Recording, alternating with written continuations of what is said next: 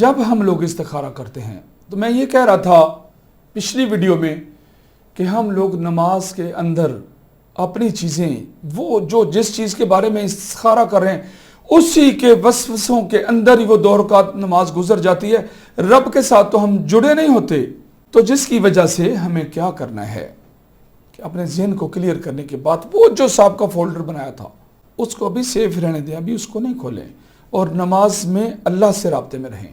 اور جب نماز کے اندر اسی چیز کے بارے میں جس کا آپ استخارہ کر رہے ہو، اگر اس کے پیدر پہ وسوسے آتے ہی جا رہے ہیں اور آپ ان سے نہیں نکل پاتے ہو، تو پھر آپ کو سب سے پہلے تو یہ تنہائی میں ایک اکیلی سی جگہ پر آپ کو استخارہ کرنا ہے، اور پھر جو نماز میں پڑھتے ہو اس کو با آواز پڑھنا ہے۔ الحمدللہ رب العالمین الرحمن الرحیم مالک یوم الدین، اتنی سی آواز سے 2 رکعت نماز پڑھنی ہے، سجدے میں بھی، رکوع میں بھی، دعاؤں میں بھی، ہر جگہ پر اتنی آواز سے پڑھنی ہے اور اس کے معنی کو سوچنا ہے۔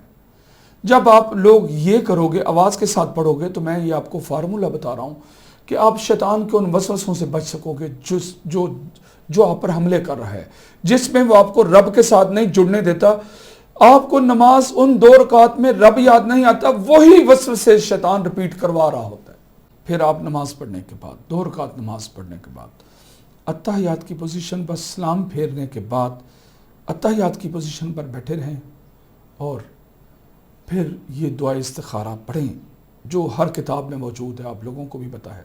اور اس کے بعد استخارے کی دعا مکمل کرنے کے بعد پھر 5-10 منٹ، آدھا گھنٹہ، 1 گھنٹہ بعد آپ نے اپنے مائنڈ کو واچ کرنا ہے، وہ اپنی فیلنگ کو چیک کرنا ہے کہ آپ کی فیلنگ کیا کہہ رہی ہے۔ آپ کی فیلنگ آپ کو بتائے گی، کچھ نہ کچھ کوئی نیا بتائے گی، کچھ نیا کرنے کو دل چاہے گا یا نہ کرنے کو دل چاہے گا۔ کسی وقت اگر آپ لوگوں کو ایسی فیلنگ محسوس ہو تو اس کی پیروی کریں، اور کبھی کبھی جذبات میں آ کے استخارہ کرنے کے فوراً بعد فیصلہ مت کریں، بلکہ مزید چند دن انتظار کریں، 2 دن، 3 دن، 4 دن۔ نمبر 1۔ نمبر 2، وہ جو فولڈر آپ نے مائنڈ میں ایک نیا بنایا تھا کہ پہلے کی استخارہ کرنے سے پہلے کی فیلنگ کیا تھی اور اب کی کیا ہے، دونوں کا آپس میں موازنہ کریں۔